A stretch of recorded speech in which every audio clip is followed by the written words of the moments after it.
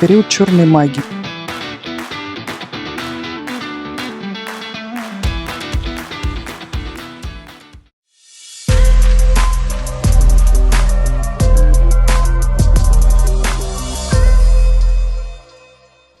Привет, друзья! С вами Галя Карен. И сегодняшнее видео о музее Рене Магрита в Брюсселе, который входит в состав музея Королевского музея изящных искусств в Брюсселе. И хотя я уже нахожусь в Барселоне, и видео о моей поездке в Бельгию уже находится на моем YouTube-канале, можно посмотреть, ссылку в описании, все-таки Рене Магрит заслуживает отдельного видео, потому что музей роскошный, его не обойти за 3 часа. Подписывайтесь на мой канал, я провожу экскурсии в Барселоне, и погнали!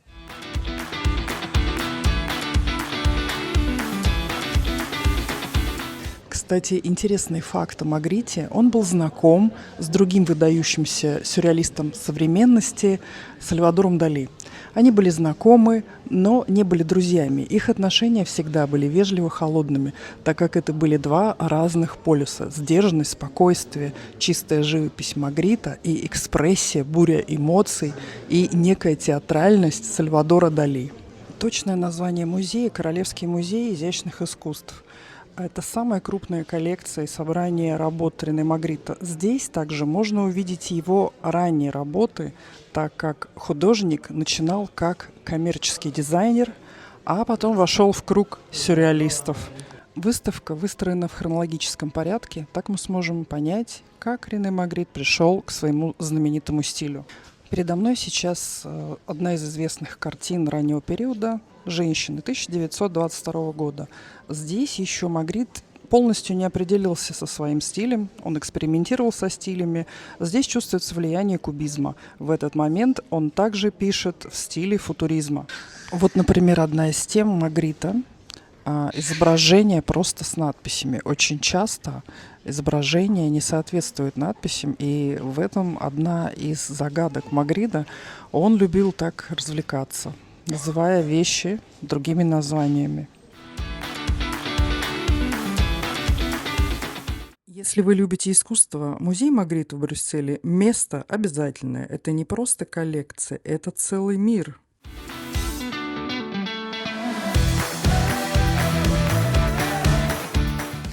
Еще одна из излюбленных тем Магрита – смешивать или заменять части человеческого тела деревянной текстурой.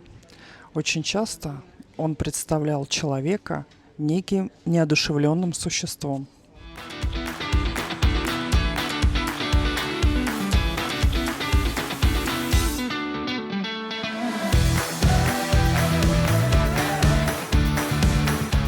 В этом зале находится серия портретов руки художника.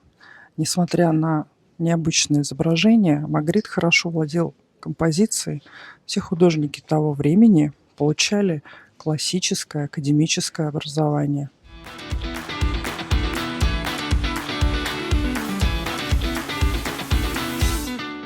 Тема птиц – еще одна очень часто встречающаяся тема в творчестве художника.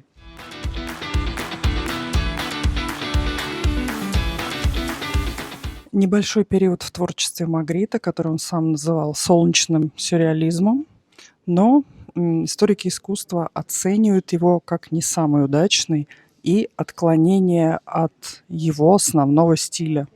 В этом зале за моей спиной находится одна из самых известных серий в творчестве художника период черной магии, примерно с 1920 по 1950 год. Это период зрелого сюрреализма в его творчестве. Очень часто он изображает женщину, которая снизу остается телесной, сверху голубого цвета. Это период его зрелого сюрреализма, и так он исследует дуальность природы женщины. Анна-Мария Кравет, дочь близкого друга Магрита, какое-то время была его моделью. Большая часть коллекции была унаследована ею, и она внесла огромный вклад в развитие музея в Бельгии.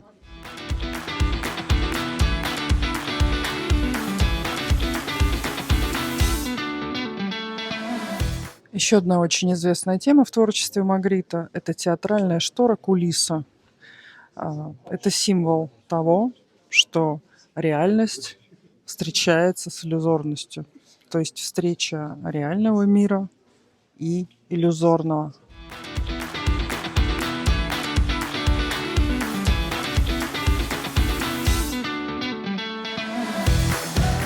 Передо мной одна из работ из известнейшей серии «Мужчина в котелке». Сейчас это мужчина с трубкой перед лицом. Вообще тема закрытого лица — одна из ключевых в творчестве Магрита, олицетворяет скрытую суть вещей, обезличивание, парадокс увиденного. То есть мы не всегда понимаем то, что видим.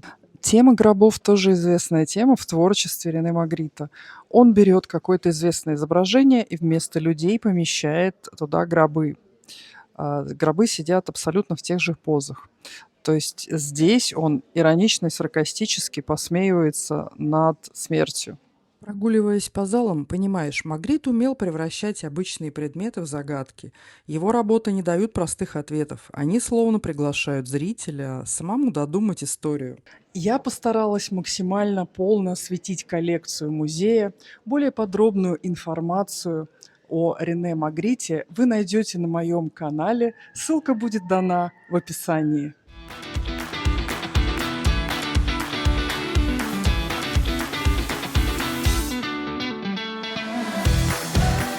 Если вы когда-нибудь будете в Брюсселе, очень советую посетить вам этот музей, потому что Рене Магрит замечательный и один из ведущих сюрреалистов мира. А я жду вас в Барселоне на своих экскурсиях, проведу вас по барселонским музеям и не только.